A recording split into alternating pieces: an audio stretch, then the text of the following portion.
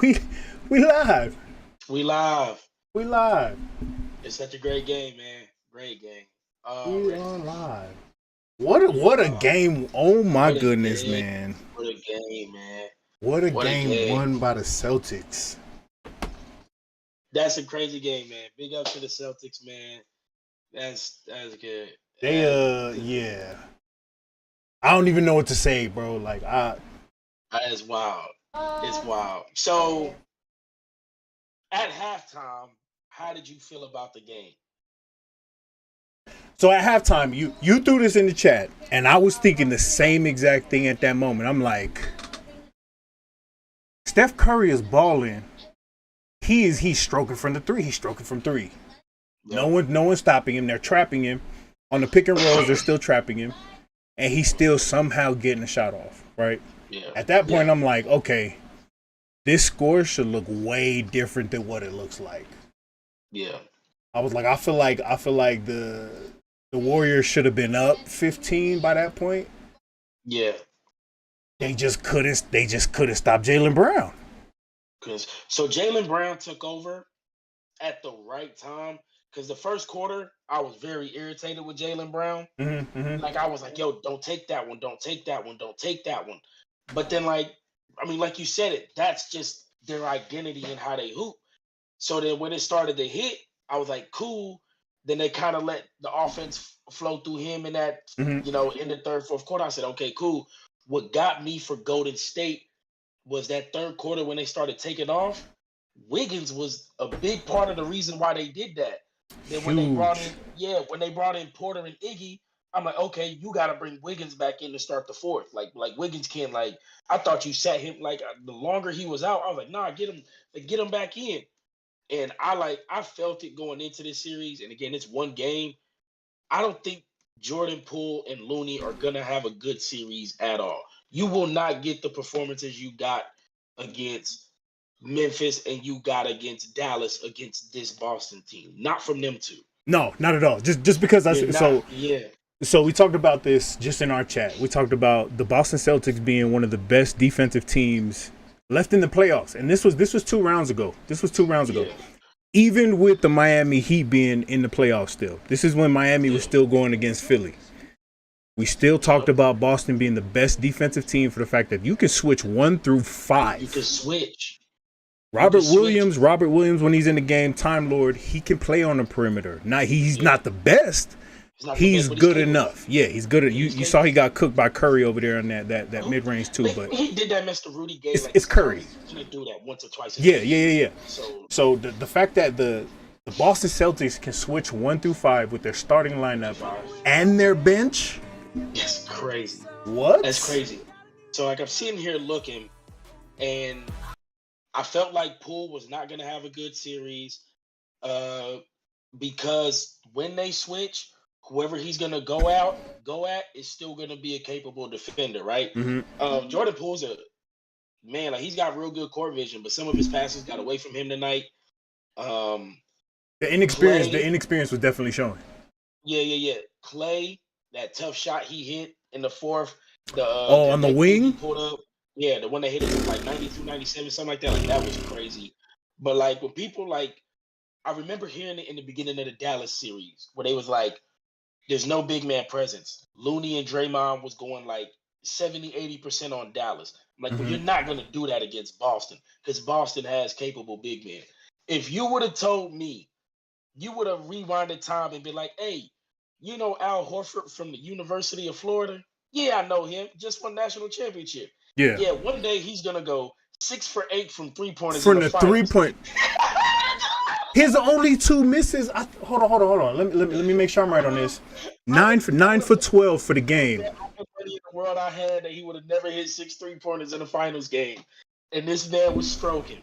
9 for 12 from the field, 6 for 8 from the 3-point line. From the 3-point line. His 2 misses was from the 3, and the other one was on like a block layup. Like a block. That's wild. So when I do I think that's sustainable? No. Do I think it was needed to get the one win in Golden State that you needed? Yes, that's the perfect time to come up clutch. You had to steal one in Golden State. Hold on. I'm gonna say that's sustainable. I'm gonna say that's That's sustainable. sustainable. Not just Al Horford. I'm talking about the Celtics as a whole. We can't forget the fact that Jason Tatum went 3 for 17. 3 for 17. And still found a way to have 13 assists, 12 points. Yeah, he plus. So like, I'm not a numbers guy, but his plus minus was 16. That's plus 16. That's going 3 for 17. Yeah. So the one thing that got me was like, I remember at the end of the second, going into halftime, they was trying to like isolate him with Curry on the side with him and Marcus Smart, where Marcus Smart hit that step back. Run that pick and roll, yeah. Yeah, pick and roll. And then like at the beginning of the third, when they went into the zone, they tried to have him matched up with like Poole, right? And then you were kind of like, you're trying to get Tatum going, but if Brown never got that going in that moment, there was no need to come back. Oh yeah. Because even after Brown had those couple, Tatum tried to take it again, and I see Brown on the wing like, nah, it's working through me. So hey, what's up, Micah? He said you can't play with your food. Yeah, you can't. So I was kind of like, yo, let Brown have it. I promise you, every time Brown shoots, I hold my breath. And I'm like, oh God, is this gonna like? I don't have no confidence that it can. His shot looks so forced. He got a little bit of a shot put. But man, it's just weird. Derek White, man, oh my God. Derek White came up so clutch, 6 for 11, 5 for 8 from the 3-point line. Fourth quarter, bro. Fourth quarter, hit some clutch 3-pointers. Fourth quarter, and the fact that you're basically switching out Marcus Smart, who's an all-purpose point guard, primarily known for his defensive player of the year. You're switching him out for Greg Popovich, point guard, and Derek White. Derek White. Like we're not gonna pretend that this man didn't come from the Popovich system. Yeah. Yep. So it's like and trustworthy to Pritchard playing big minutes in the Peyton Pritchard third and the fourth. Hit that corner three with like 4 minutes left, putting them up 9 to 12 points or something like that. That was dropping, bruh. Yeah. Derek White, even that. So there was like a last second 3-pointer that he hit. The end of the shot clock with like 3 minutes left. Yeah. On the far left wing. Steph was there, and he still hit it. So like that's if you like Boston has made it a series. Because again, nobody's gone into Golden State and won the entire season, like the entire playoffs, and you was able to go do that. Draymond, 4 points ain't gonna cut it, brother. 4 points ain't gonna cut it, brother.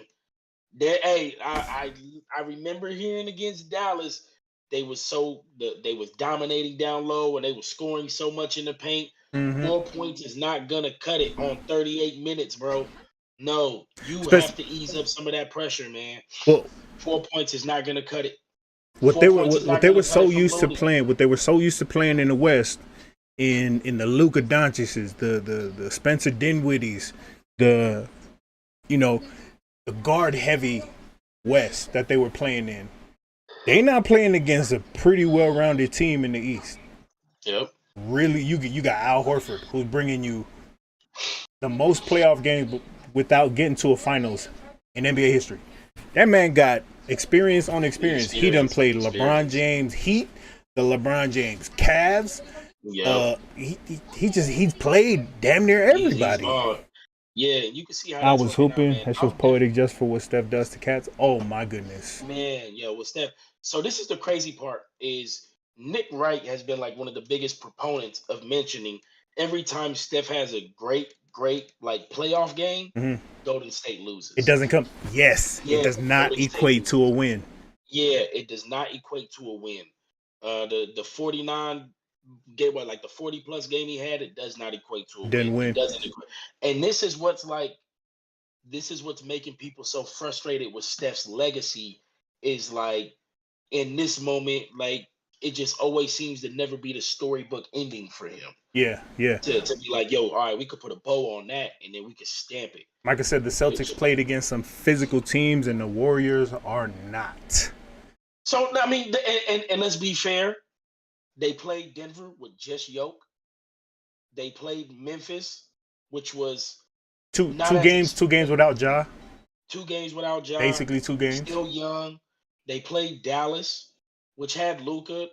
They gave Dallas was up 20 game 2 in Golden State, right? Yep. So it's not like my view of the Warriors is they're one of the most highest floor teams in the NBA. They're the highest floor team in the NBA. You'll never catch them fully on a bad night. You'll never catch them with like these bad swings. But you have to make sure you're on your game. And this dropped dead for them. Like I was talking to a guy at work today and he said, "What do you think?" I said, "My heart," like we talked in the chat, my heart says Warriors in 6. But the only reason why I'm saying Warriors in 6, because you have to go win in Golden State. And I'm gonna trust Kerr and Steph.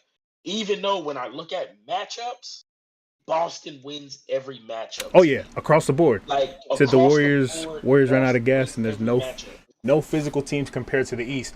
So this is why I thought. But we did say it. I mean, Bale didn't say it, and rightfully so. Hold your own, stick to your guns. Yeah, he's a Warriors fan.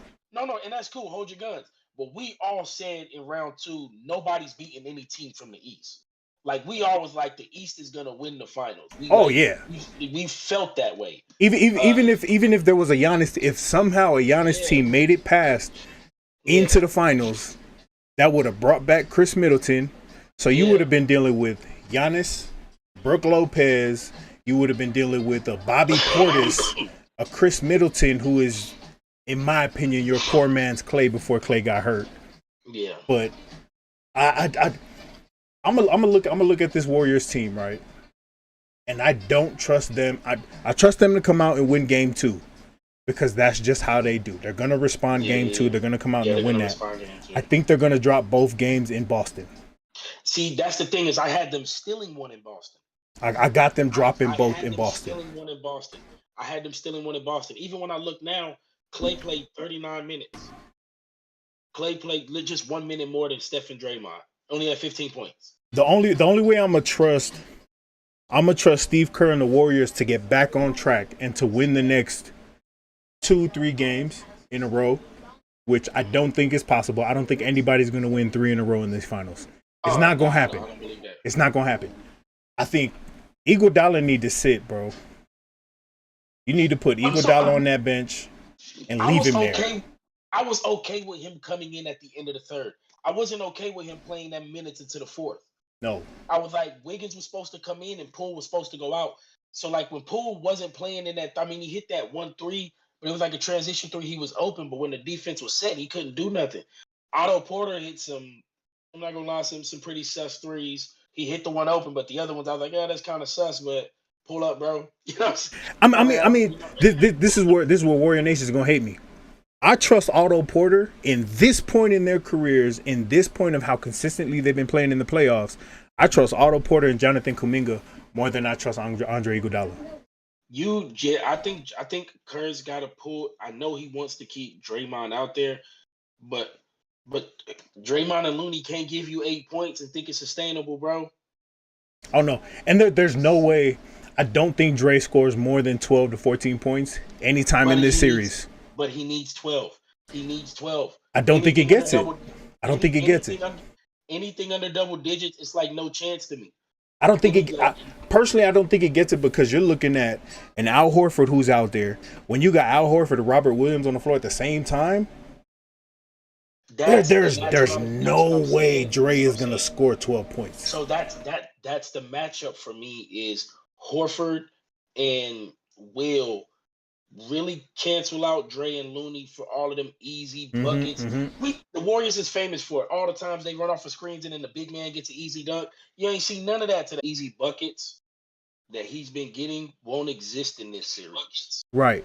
Like they don't exist in this series. So I would be more, like you said, I would be more inclined to find stretches where I can do like Kuminga and Porter, but like getting 8 points from them total is just not like you guys got to find a way to double that. Y'all got to get 16 together somehow. Dre missed his 2 free throws. He had like a couple grenades he had to throw up, bro. At the end of the shot clock trying to get some stuff, but I don't want to sit here and be that dude to tell Steve Kerr how to do his job, right? No. But in my opinion, you gotta find a way to get out your way, put Iggy on the bench, and trust Jonathan Kuminga to do something, man. Like, yeah, The minutes he's given you in every series before this. I understand it's the finals. I understand that. But you got to look at this in the sense of like he's been playing this whole playoffs. Yeah. He's been playing the whole playoffs. And if for some reason Gary Payton does come back, what do you do then? I think Gary Payton is extremely more effective in this series than Jordan Poole. Absolutely. In this one, you have to live with Poole on the bench. I would live with Poole. 25 minutes is okay to me. Take 6 of them minutes from it, and it's game one. So again, we're trusting everybody's gonna make their stuff. You kind of remember how the game runs. But yeah, Poole can keep his 25. Porter and Iggy, you gotta still and even for real, you probably gotta steal some minutes from Looney and take some from Dre because you have to have some production because when they got to that fourth and everybody and their mama knew that Steph was gonna try to go get some buckets to put it together, I don't think that's where Steph works best at. I don't think that's where he works best at. And so but man, I'm not gonna lie, man. Great performance from Steph though, man. It was dope seeing him snap off like that in the beginning. Oh, he went But off. then but you knew as the game got on, you was just like, ooh, this is I don't know. One of the things that caught me off guard going into the second half was seeing so many isolations with Steph Curry. Yeah. I've never seen that many ISOs from a successful Warriors team where you got Steph Curry running the ISO against Derek White, getting the switch on Al Horford, getting the switch on Robert Williams. I understand that, man, but where's your elevator play that made you successful and get y'all here? Yeah. Yeah. So when's the next game? Game 2 is Sunday. I think it is Sunday. Game 2 is 6-5. So Friday. Say Sunday. Sunday on ABC. So what you got for Sunday, man? Who's the key contributors that need to be there in order for the Warriors to win, and who's going to be the key for the Celtics to be able to take over? You don't beat the Warriors twice at home in a row, and if you beat the Warriors twice at home in a row, we'll talk about some stuff about that later. You probably just won the finals. Yeah, you probably just won the finals if you go beat the Warriors back to back at home. That's just unheard of, bro. That's unheard of. So what I want to see is I like Wiggins' performance today. Mm-hmm. I thought that was good. Again, offensively, Green and Looney, they cannot do 8 points, bro. They cannot do 8 points, especially when you're on the floor for 38 and 25 minutes. You can't do it, man. You just can't. But I also know maybe on the other side, they're sitting there too, how many times Al Horford's gonna go 6 for 8 from 3-pointers, and Derek White's gonna hit 5 for 7 from 3-point land. So I know they're probably living with some decisions too. Just on that end, I don't. Again, Clay going 39 minutes and 15 points. I don't like that. Yeah, I don't like that either. Even though I know he hits he hits some pretty tough shots. But I don't like that either. But the offense that they started the game with, they got to keep with. He said Steph getting those ISOs with Derek White. Like I said, that's just stuff that's uncharacteristic of the Warriors team we've seen that's been successful all this time. Yeah. So I'm cool on that. Otto Port, if good Lord, man, again, I told you we agreed there. All the matchups defensively favored Boston to keep this like this. But I just don't trust Boston to put up another 120 or to put up a 115 or to put up a 110. So because again, it's tough for me to see Al Horford hitting 6 threes and Derek White hitting 5 threes and Tatum going 3 for 17. You know what I'm saying? That's the most points. That's the most points Al Horford has had in the last 3 years. Yeah, so it's tough to see that part being sustainable. So I assume that they'll do something different there.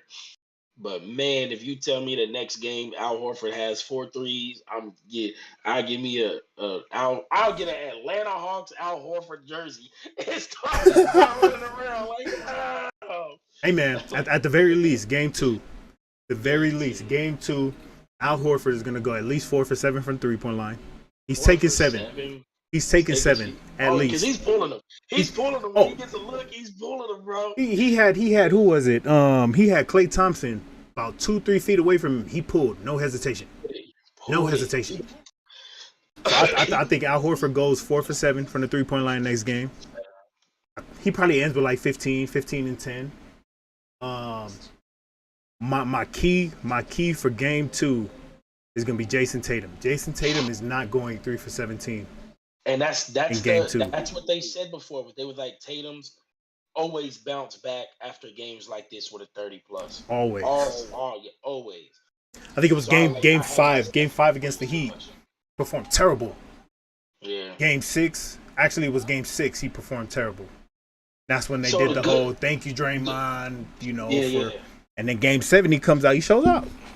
So the Celtics went 1, 2, 3, 4, 5, 6, about 8 deep. Daniel Theis got 6 minutes in where he hit that 3.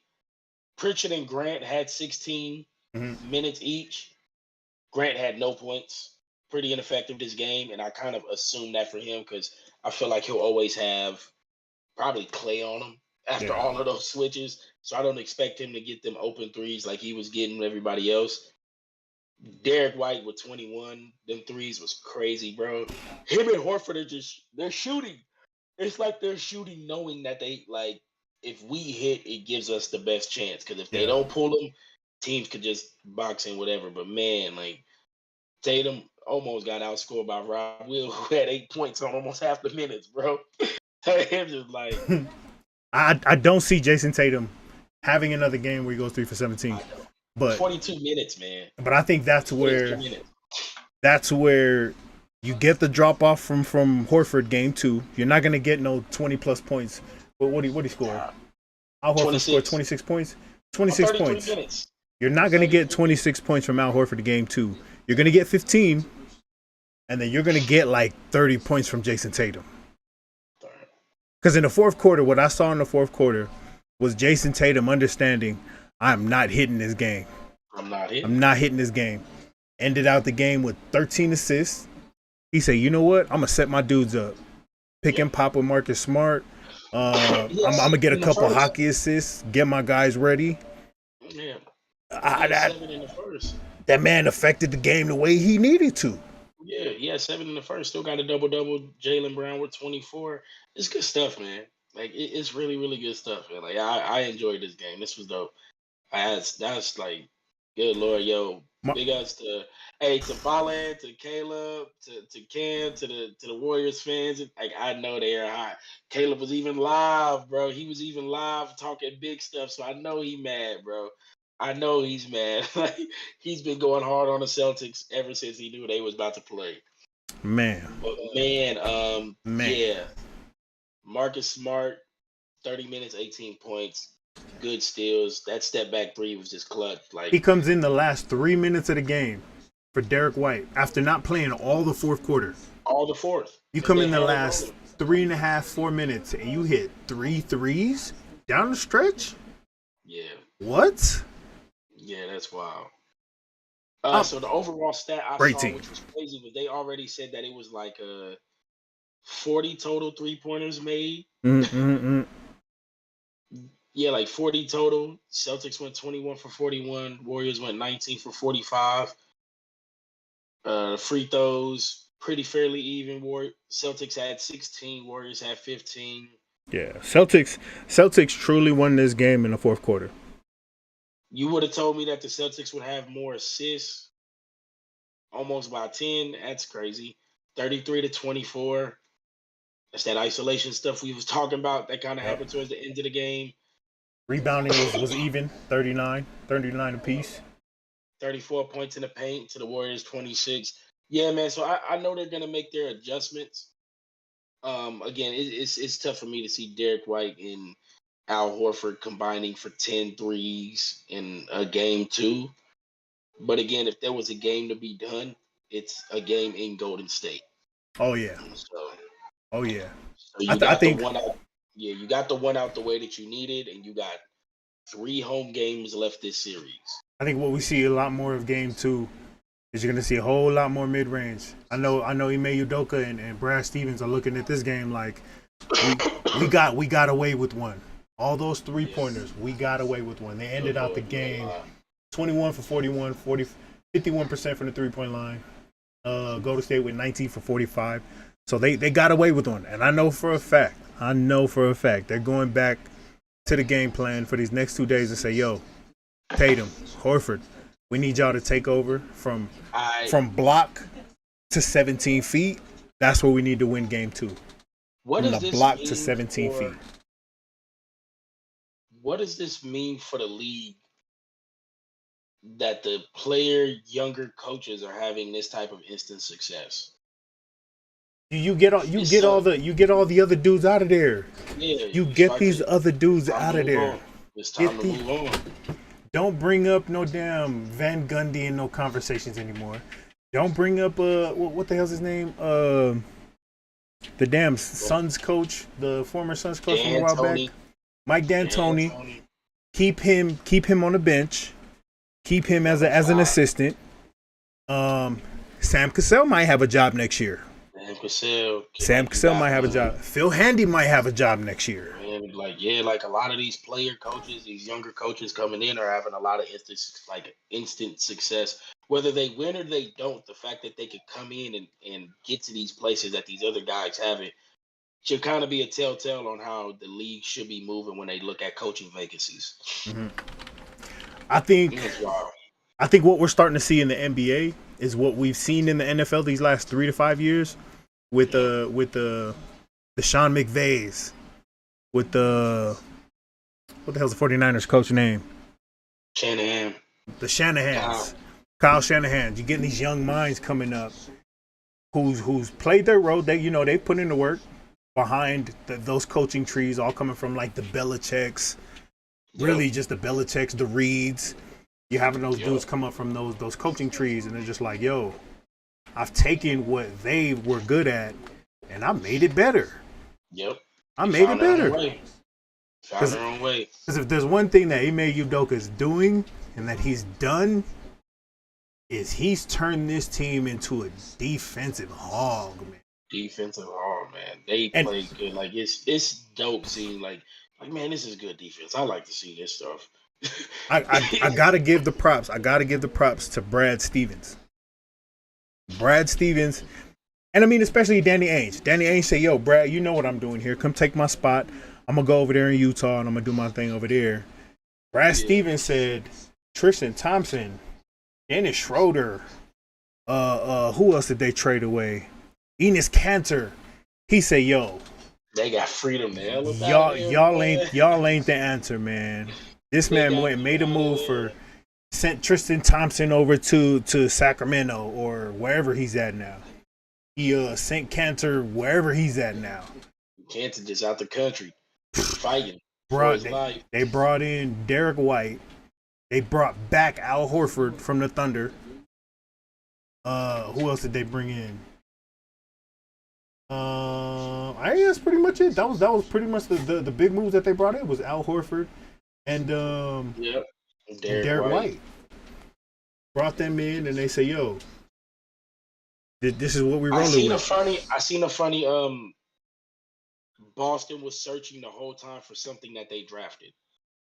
They had Isaiah Thomas to Kyrie Irving to Kemba Walker to finally realizing they drafted the point guard that they needed the whole time in Marcus Smart. Kemba was the other one. They traded Kemba out before he was unplayable. Like they really did.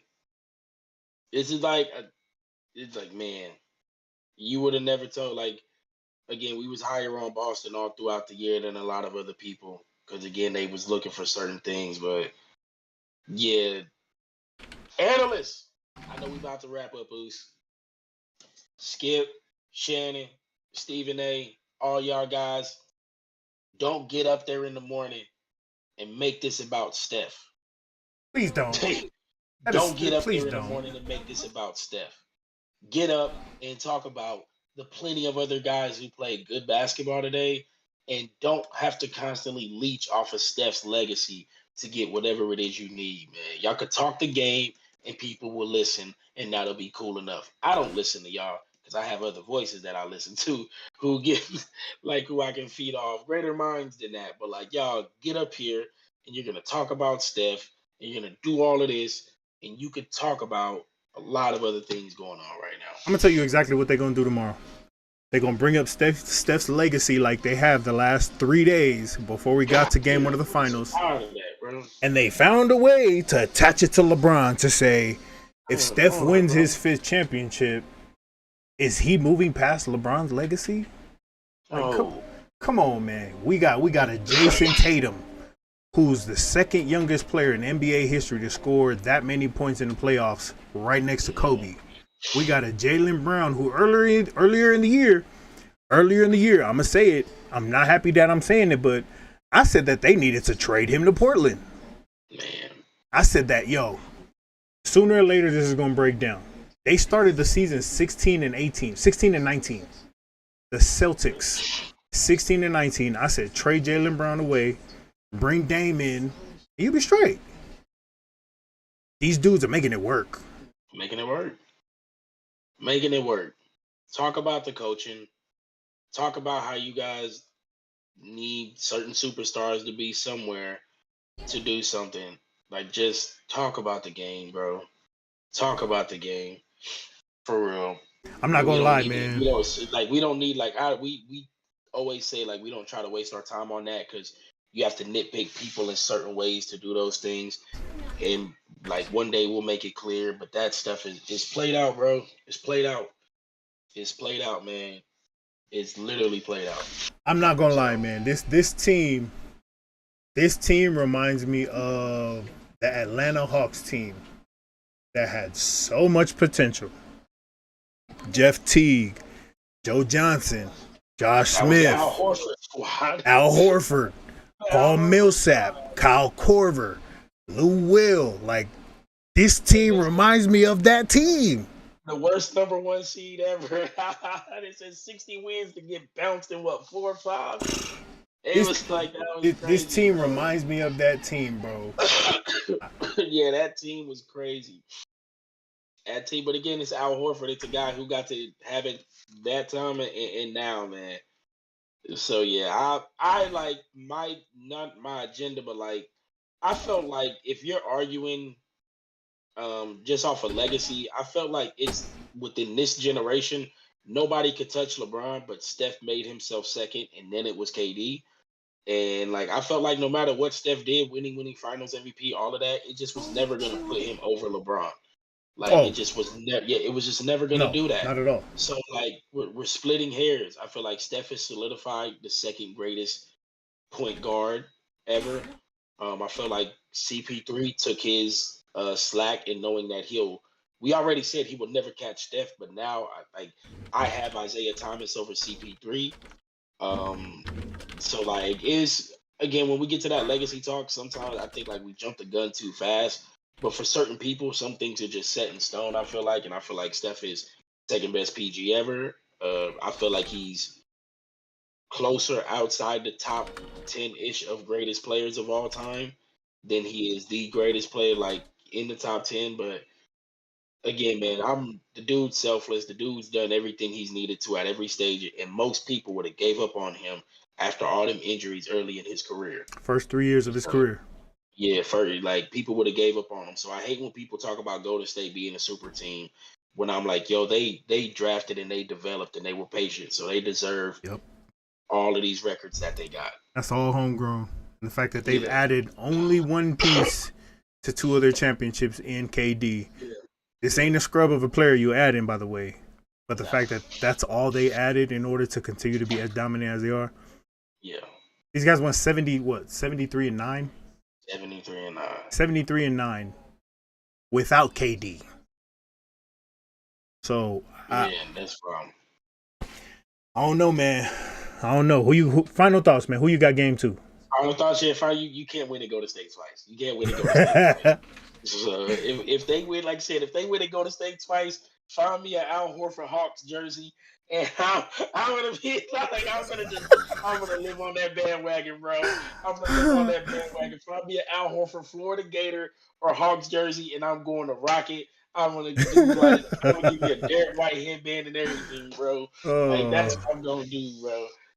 You can't win and go to state twice. You cannot, for heaven's sake, you can't win and go to state twice because come Monday morning, Steph's the most fraudulent super. Like I just don't do it. Steph, go.